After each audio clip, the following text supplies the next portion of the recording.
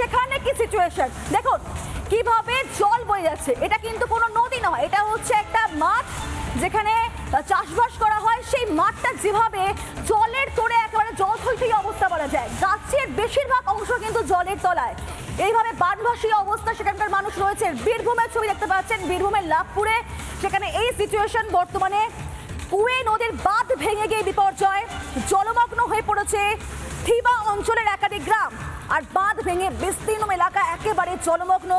চরম উদ্বেগে রয়েছেন সেখানকার মানুষজন, চরম উদ্বেগে রয়েছেন। কিভাবে কি করবেন বুঝতে পারছেন না। তবে এই মুহূর্তে সেখানকার ছবি কি বলছেন সেখানকার মানুষজন, বা তাদের জন্য কি ব্যবস্থাপনা নিয়েছে প্রশাসন, জানবার চেষ্টা করবো। মনোরঞ্জন রয়েছেন আমাদের সঙ্গে সরাসরি। মনোরঞ্জন,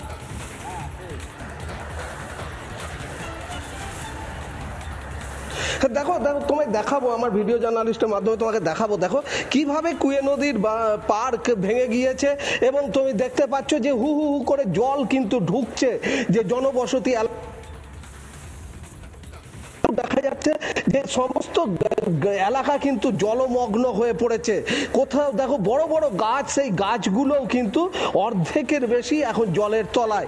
এবং এই কুয়ে নদীর পার ভাঙাটা প্রতি বছর যেন রোজ নামচায় পরিণত হয়ে গিয়েছে।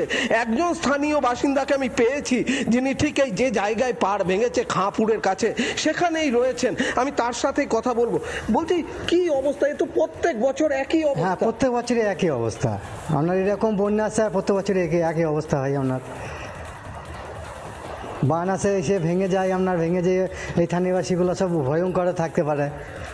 এবং এই যে জল যেভাবে বাড়ছে এবং আপনারা যে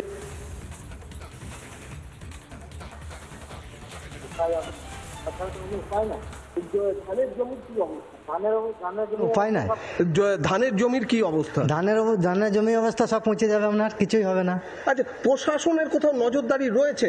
না, প্রশাসনের নজরদারি এধারে আসে না। আপনার কেন এধারে আসে না? এধারে ইরিগেশনে বান নাই বলে আসে না। এ তো 100 দিনের প্রকল্পে। হ্যাঁ, এই 100 দিনের কাজের জন্য এটা বানানো হয়েছিল। কত বছর আগে? এটা আপনার হয়েছে যে বছর 2 হয়েছে, বছর 2-3 হচ্ছে আপনার। তারই মধ্যে ভেঙে গেল। হ্যাঁ, তার মধ্যেই ভেঙে গেল। এবার এই পর্যন্ত বান হওয়ার কথা ছিল না। এটা আমরা গ্রামবাসীদের লেগে জোর করে এই পর্যন্ত আমরা বানটা করেছিলাম। দিয়ে তারপর বাঁধ ভেঙে গেল। অর্থাৎ কোথাও রক্ষণাবেক্ষণের একটা অভাব তো রয়েছে। হ্যাঁ, তা তো রয়েছেই। রক্ষণের ব্যবস্থা আমরা ধরুন আমাদের গ্রামের লোক থেকে এখানে রাত জায়গা হচ্ছে, সবই হয়েছে, না হয়নি। কিন্তু এবার যতই হোক জল বাড়ছে, জল তো আটকাতে পারা যাবে না। অর্থাৎ তুমি দেখো যে তিনি বলছেন যে এই অবস্থা এবং কার্যত এই জলের যেভাবে জলস্রোত রয়েছে সেই জলস্রোতে কিন্তু এই মুহূর্তে নদীতে নামা এবং যে মানে কোনোভাবেই সম্ভব নয় সেটা গ্রামবাসীরাও মনে করছেন। আর তারা কার্যত এই মুহূর্তে গৃহবন্দী অবস্থা। আমি আরও একবার তার সাথে কথা বলবো। বলছি বাড়ি থেকে কি বেরোনো যাচ্ছে? না, বাড়ি থেকে বেরোনো যাচ্ছে না। এরকম কোনো রকম করে হয়তো জলে নেমে বেরোনো আসছে। সেক্ষেত্রে নৌকায় ভরসা। হ্যাঁ, নৌকায় ভরসা। এরকম হাট বাজার করাও আমাদের খুব সমস্যা হয়ে গিয়েছে।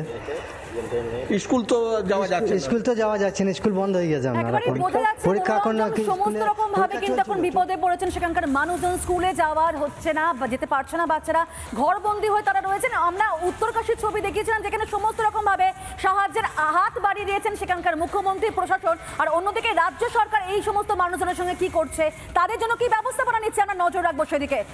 নানা ধরনের কন্টেন্ট দেখার জন্য লাইক করুন, শেয়ার করুন আমাদের ফেসবুক পেজ, সাবস্ক্রাইব করুন আমাদের ইউটিউব চ্যানেল। পাশাপাশি অন্যান্য ব্রেকিং নিউজের জন্য অবশ্যই চোখ রাখুন রিপাবলিক বাংলায়।